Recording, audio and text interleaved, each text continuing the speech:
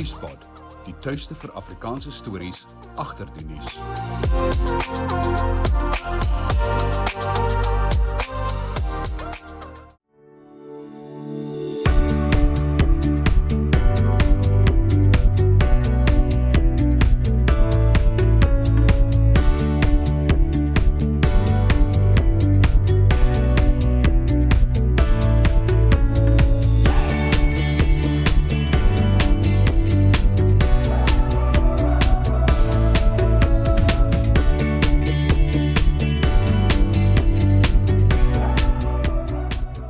Good day, everyone. For many people, Russell Loubser is known as the General. And the General is also the chairman of the Mike Thompson Change a Life Foundation. He's also one of the founders of this foundation. Russell used to be the CEO of the JSE, and these days he's the non-executive director for companies. It is a great privilege for me to be able to chat to Russell about Change a Life, but also about life itself. Thanks so much for joining us, Russell. Russell, so a lot of people is wondering, what are you doing these days? We know you were a busy guy previously in your previous life, but are you fully retired or not? No, I'm not fully retired. I've definitely scaled down. I now do only things that I want to do. That includes being a non-executive director of First Rand.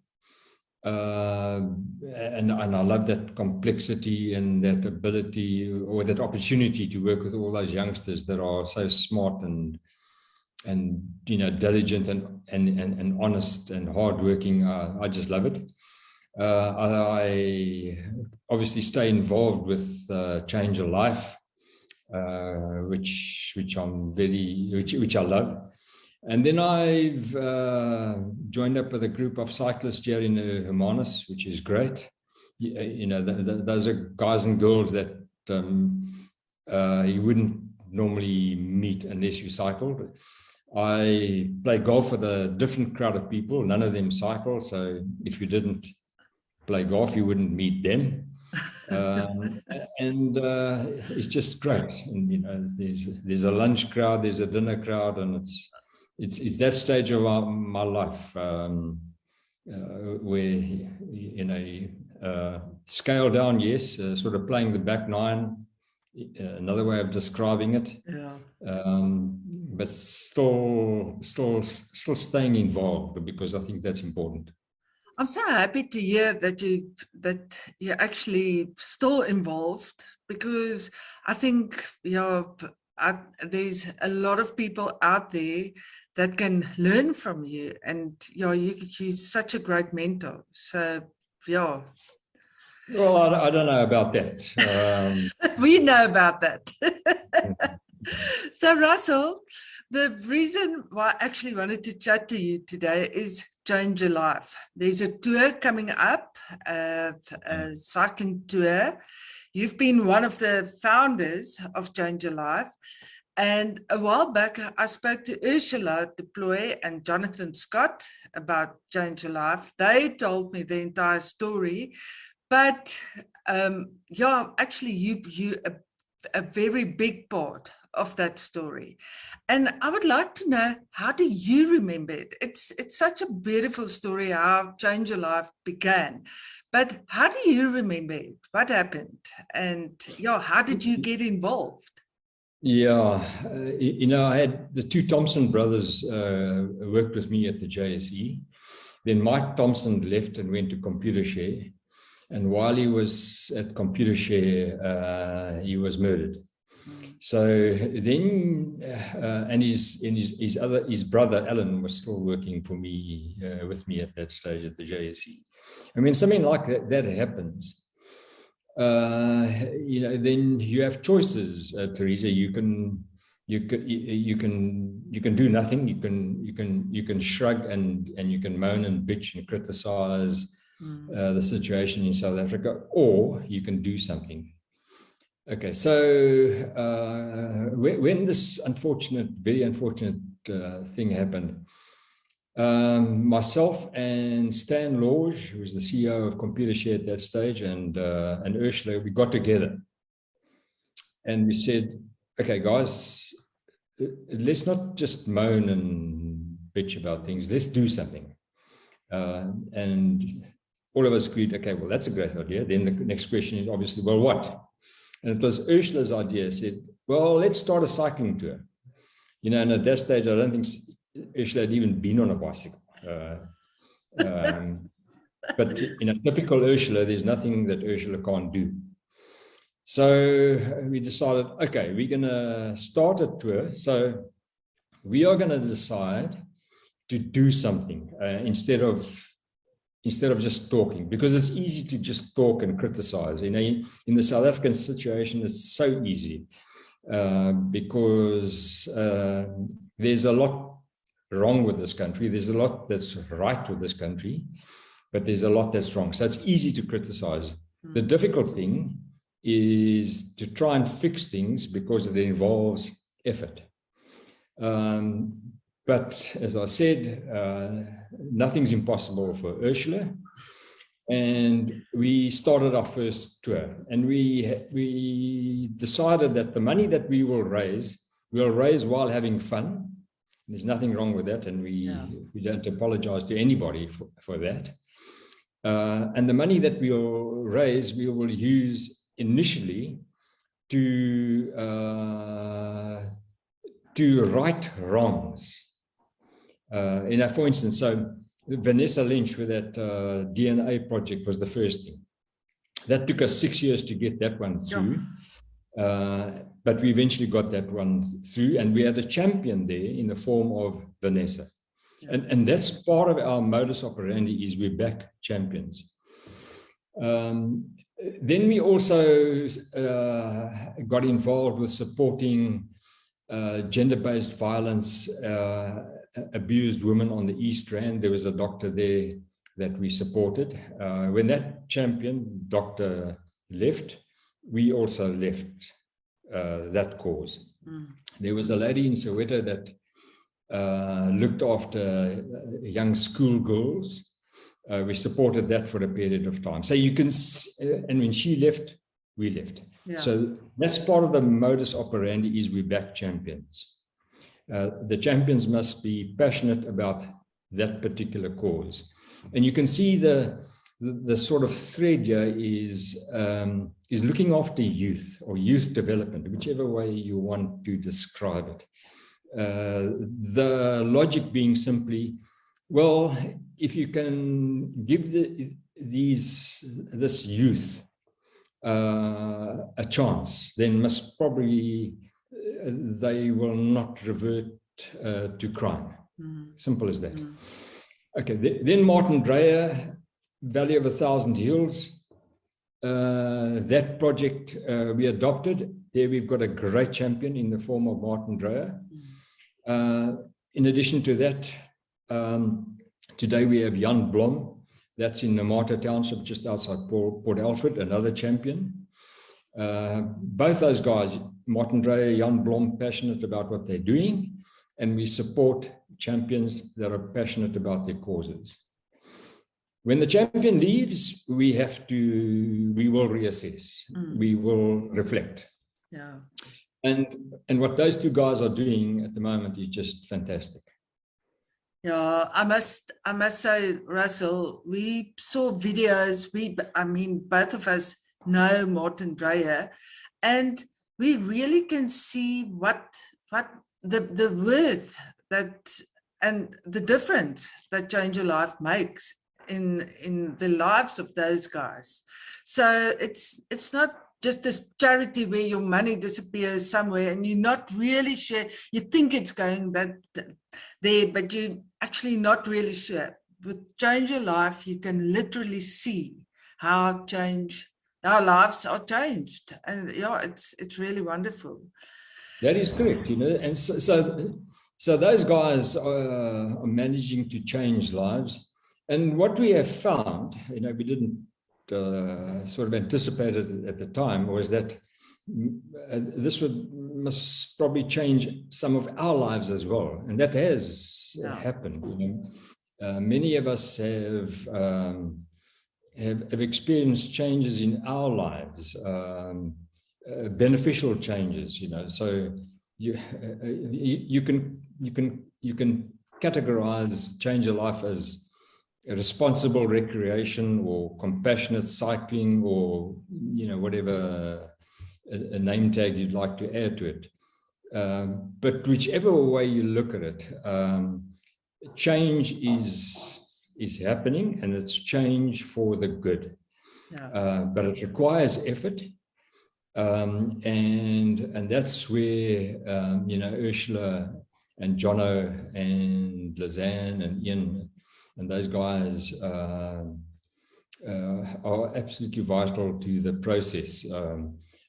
Of course, the cyclists and the sponsors, without them, we can't do it. But as you say, you can see, when you see what those two champions, Martin and Jan Blom, are achieving, it's magic. That's why we stay. That's why I'm involved. That's why we stay involved. And here we are, about to embark on our 14th tour. And if we all finish the tour, we're around about 70 cyclists, 21 newbies. If we all finish it, then 5 of us would have completed all 5 tours. That's obviously Jono, obviously Ursula, Gerald de Kock, he's so loyal to it, Hilton Guy, and so on. That is incredible.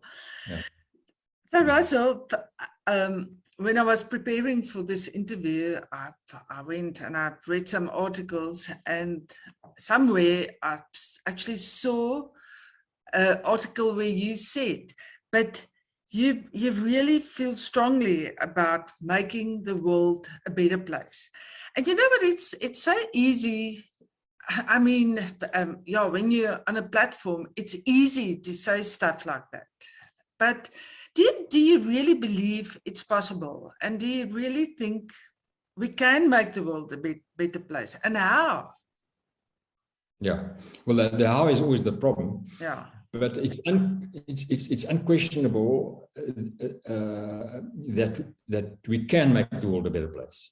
Okay, now that's easier said than done.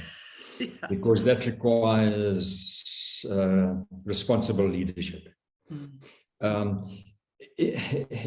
There's no point in just accepting defeat. If you're just going to accept defeat, well, then you must go and try and live on the moon.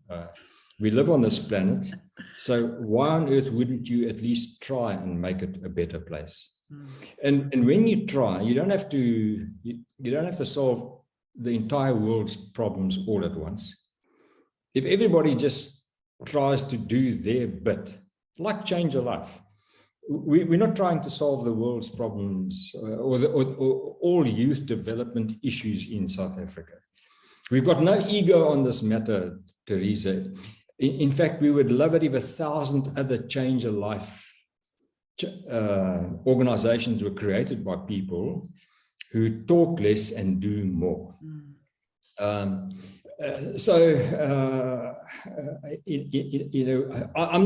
not prepared to accept defeat that, guys, everything's over and we must just accept it. I mean, that's just a stupid way of looking at things. You can make a difference, and you can make it a better place. Of course, you need better leadership, and the world is plagued at the moment by terrible leaders. I mean, look at, and it's all over. It's not only in South Africa, it's all over the world. I mean, look at Trump, look at Putin, look at North Korea, look at Iran, even a guy like Xi Jinping. Be very careful of people like that, and that bad leadership, as it were, is for various reasons. It's sometimes it revolves around ideology, sometimes it revolves around religion, sometimes it revolves around just plain buffoonery and stupidness and lack of integrity. It's unfortunately, we've got lots of bad leaders around the world. And that's where the ordinary people like you and I come into play, Teresa, where we must each do our little part. And as I say, we don't have to solve the entire world's problems. Each of us must just do our part.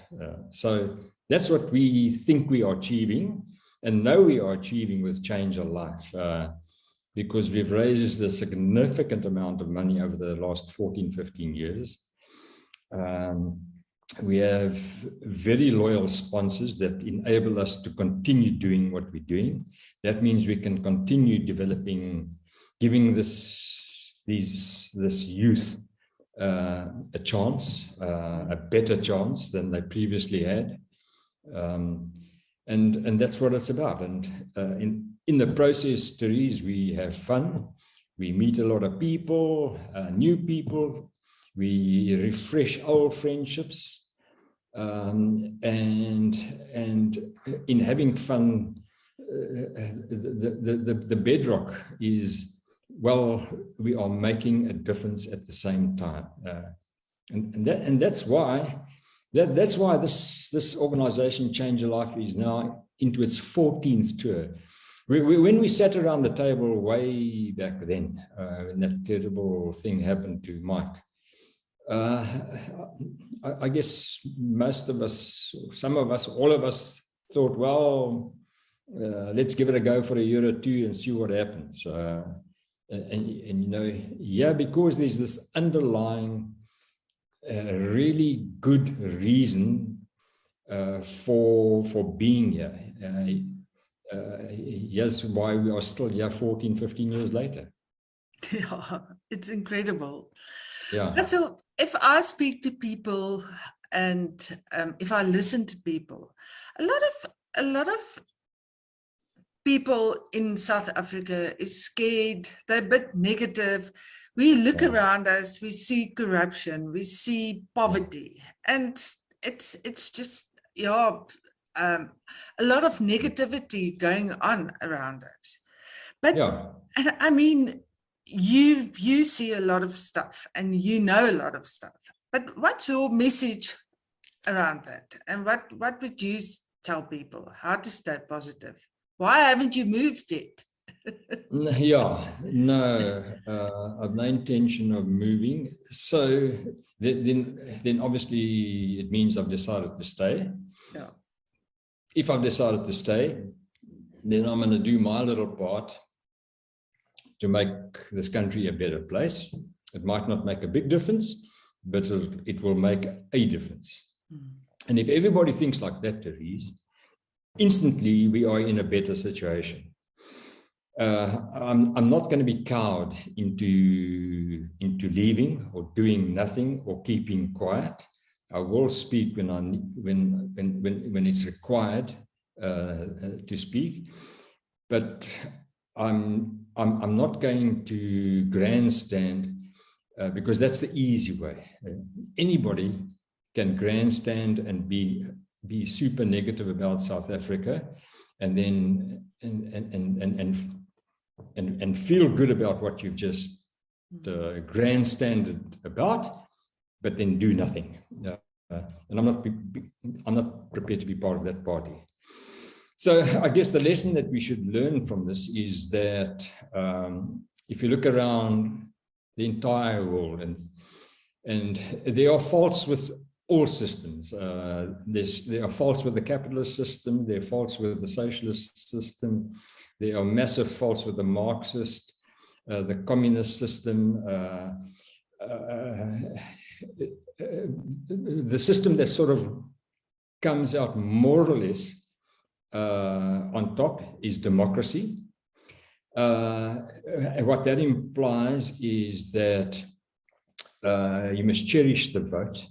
I mean, if you are of the view that you're going to abstain from voting, well, then you have no right to criticize, because you've given up your right to participate.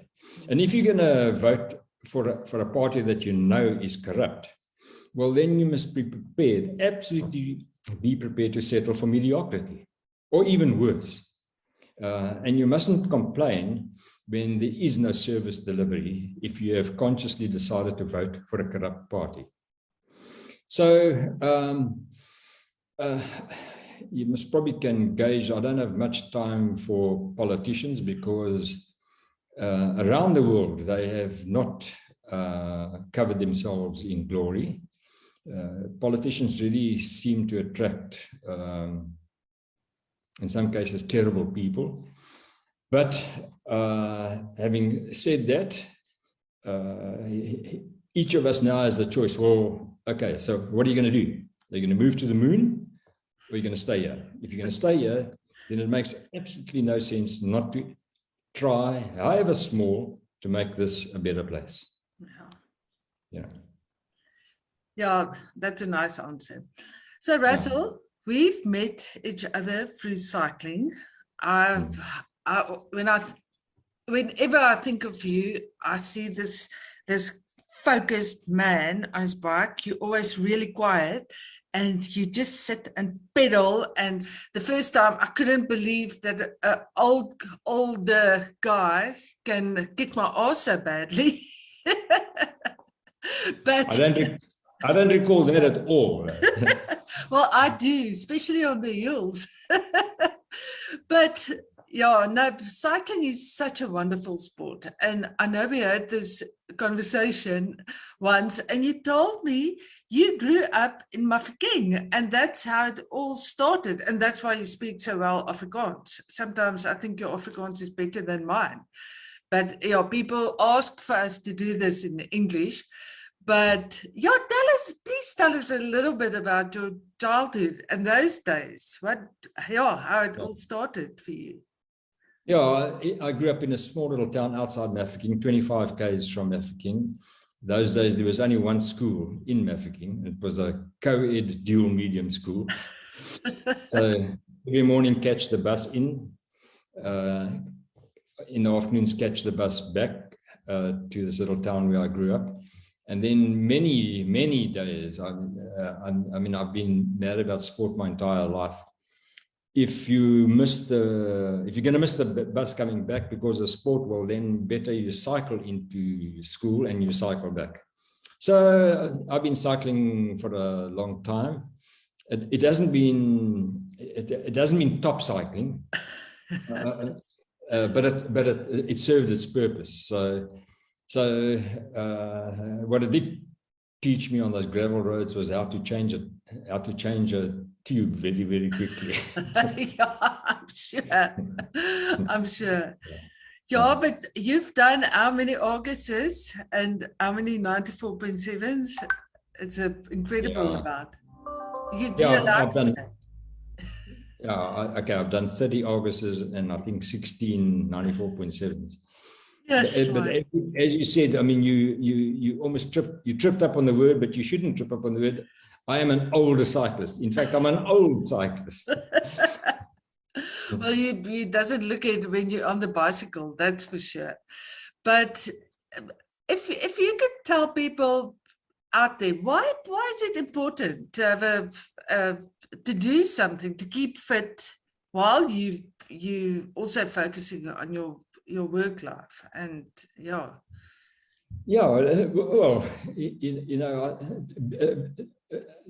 keeping fit is analogous to staying healthy. Staying healthy to me is a no-brainer, because I don't want to exist in the later years of my life. And I'm in that stage of my life now. I'm in the later stage of my life now. And I would prefer it to have as better quality of life at this stage as possible. Okay.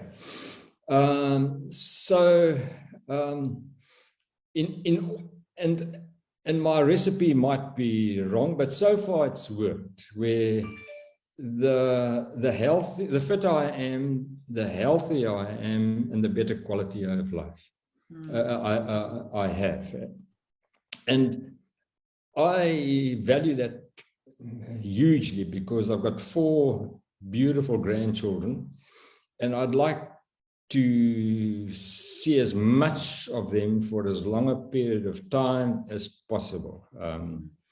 So it's a simple thing. I don't want to just exist. I'd like to enjoy the sort of last phase of my life. Do you still train every day or not really? Just about. Just about. Yeah. Not giving away all the secrets now. Eh? Yeah. That's part of the strategy. But there's balance. I'm not fanatical about anything. To be fanatical about anything has its pros and its cons. So I think balance is very, very important. And so far that has worked for me. I'm sure there are lots of better recipes for this stage of one's life. But that one works for you. Well, Russell, I can just, we're almost done here, but you got COVID last year and you really got very sick. And I think something like that also changed your perspective a little bit, and you look at life a bit differently, eh? Yeah, there's no question about it, because I had it really bad. So I regard myself as very fortunate to be where I am now, because a lot of people that were in the hospital with me didn't leave.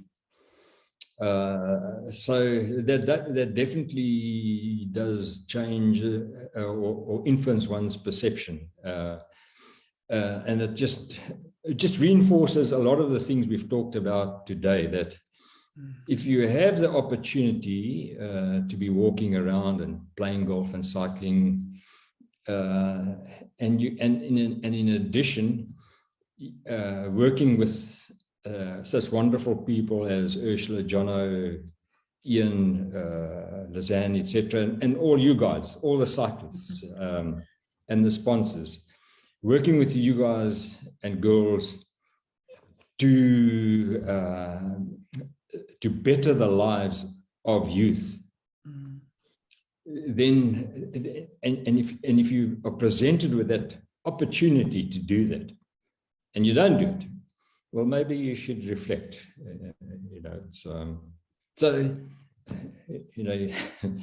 I had a lot of time to think in hospital, and it's I'm very thankful for where I am at the moment. That I have managed to recover.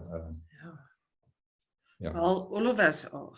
And from my side, I just want to tell you, or I just want to say thanks for being such a great role model for all of us and such a great leader. It's always such a pleasure to cycle with you and to see you on these events. And yeah, thanks, Russell. That's a pleasure. And I look forward to seeing all the guys and girls in about a week's time. It's going to be great. Yeah, you're supposed to taper now and rest. So take it slowly now. Don't overtrain. No problem. I like that advice. Thanks, Russell, and see you soon. Thanks, Teresa. Bye.